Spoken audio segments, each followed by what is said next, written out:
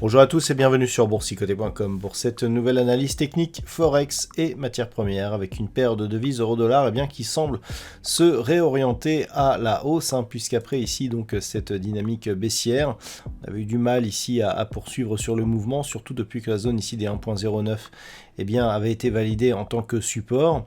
Alors jusqu'hier on était toujours sur une validation de la zone des 1.10 comme zone de résistance, mais avec la cassure ici de ce niveau on s'achemine vers un retour ici sur la zone des 1.1180. On pourrait même considérer que l'on est ici sur une ancienne zone de support. Lorsque l'on observe ici ce qui s'était passé autour de cette zone, cette zone des 1.1120, on avait donc eu ici un contact. Deuxième contact ici, franchissement, résistance, résistance, résistance.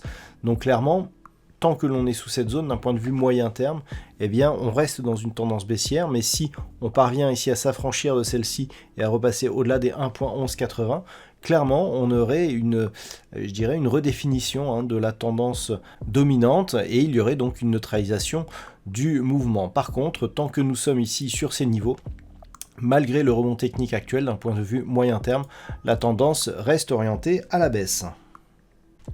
Sur la paire de devises livre sterling contre dollar américain, malgré la relève des taux opérée par la Banque centrale d'Angleterre qui a augmenté ses taux de 25 points de base, on a eu ici une phase de baisse qui est juste revenue chercher ici cette ancienne zone de résistance devenue désormais zone de support et puis on commence à remonter ici en direction des 1.3180.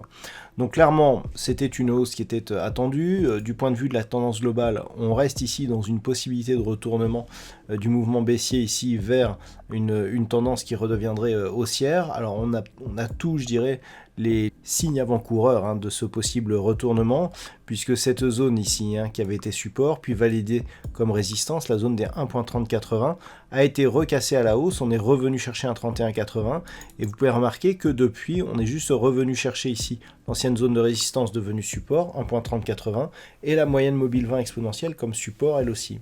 Donc clairement, on est sur un pré-signal, toutefois, pour valider ce signal, il faudrait ici casser à la hausse cette zone des 1.3180, et depuis qu'il y a eu ce petit retour ici en direction des 1.3080, on peut même considérer qu'il y a une potentielle épaule-tête-épaule inversée sur cette configuration, dont l'objectif pourrait nous faire dépasser la zone des 1.3284 pour viser ici un retour sur la zone des 1.3360. Sur l'or, après une forte baisse qui a porté les cours du métal jaune de ce sommet ici à 2070 $ l'once jusqu'à cette zone de support des 1910, on rebondit actuellement en direction de la zone horizontale des 1957. Alors du point de vue de la tendance globale, on a marqué cette impulsion, on est venu ici consolider, on peut voir que les retracements de Fibonacci 23,6 ici en tant que résistance et 38,2 en tant que support ont bien été respectés. Il en est de même pour le retracement des 50 et le Fibo ici à 61,8%, puisqu'on est quasiment venu chercher ce niveau ici avant de repasser au-delà du 50% qui se situe à 1925,26. Donc clairement l'enjeu sera maintenant de voir si on repasse ici au-dessus des 1957 $ l'once. Si tel était le cas, on resterait dans une dynamique haussière, certes avec un affaiblissement ici lié à la phase de consolidation qui a été un peu plus forte que ce qui était attendu, mais si on repasse ici au-dessus des 1957, on pourra viser un retour ici sur cette zone des 2070 $ l'once. Pour le pétrole, après une forte baisse qui a fait passer le pétrole ici d'une zone proche des 125 $ le baril à ce niveau proche des 92 $ le baril, on tente un rebond. On a même une configuration de retournement ici sur la tendance très court terme. On le voit clairement ici, cette phase de baisse relativement directe. On a un premier contact, deux contacts, une zone intermédiaire. La cassure ici de cette zone que l'on pourrait appeler une ligne de coup, nous permet de valider ici ce que l'on appelle un double bottom. Et donc la rupture ici de cette zone nous donne un premier objectif ici à 104 $4.50 le baril, niveau qui pourrait être atteint très prochainement. Mais au-delà de ça, eh bien, c'est un retournement majeur de la tendance court terme qui est en train de s'opérer. Donc suite à cette forte phase ici de consolidation, on repasse ici à la hausse. À voir si la zone des 104.50 qui avait été validée ici comme zone de support, eh bien, sera en mesure de freiner ici la hausse du WTI. Si les cours du WTI parviennent à casser cette zone, on pourrait bien avoir ici un retour des cours durable au-delà des $100 le baril.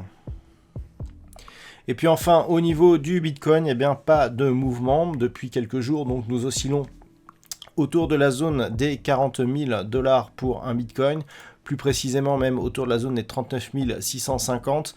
Un Bitcoin qui s'est totalement neutralisé, qui évolue dans une configuration légèrement convergente ici en forme de triangle symétrique. Bon, il n'y a pas énormément de convergence entre la zone de support ici et la zone des résistances, donc clairement le signal est relativement faible. Toutefois, il s'agit d'une configuration de continuité, à savoir que suite à cette forte dynamique, le fait que le rebond technique n'est pas ni même touché, mais encore moins franchi le retracement à 38,2% de Fibonacci, et que l'on se stabilise actuellement entre ce retracement et le point bas significatif des 32 920 $ pour un Bitcoin, montre que malgré la temporisation actuelle, nous avons plutôt une préférence baissière sur l'évolution du Bitcoin qui pourrait accélérer en cas de franchissement ici de ce précédent point bas significatif en direction de la zone majeure des 30 000 $ pour un Bitcoin.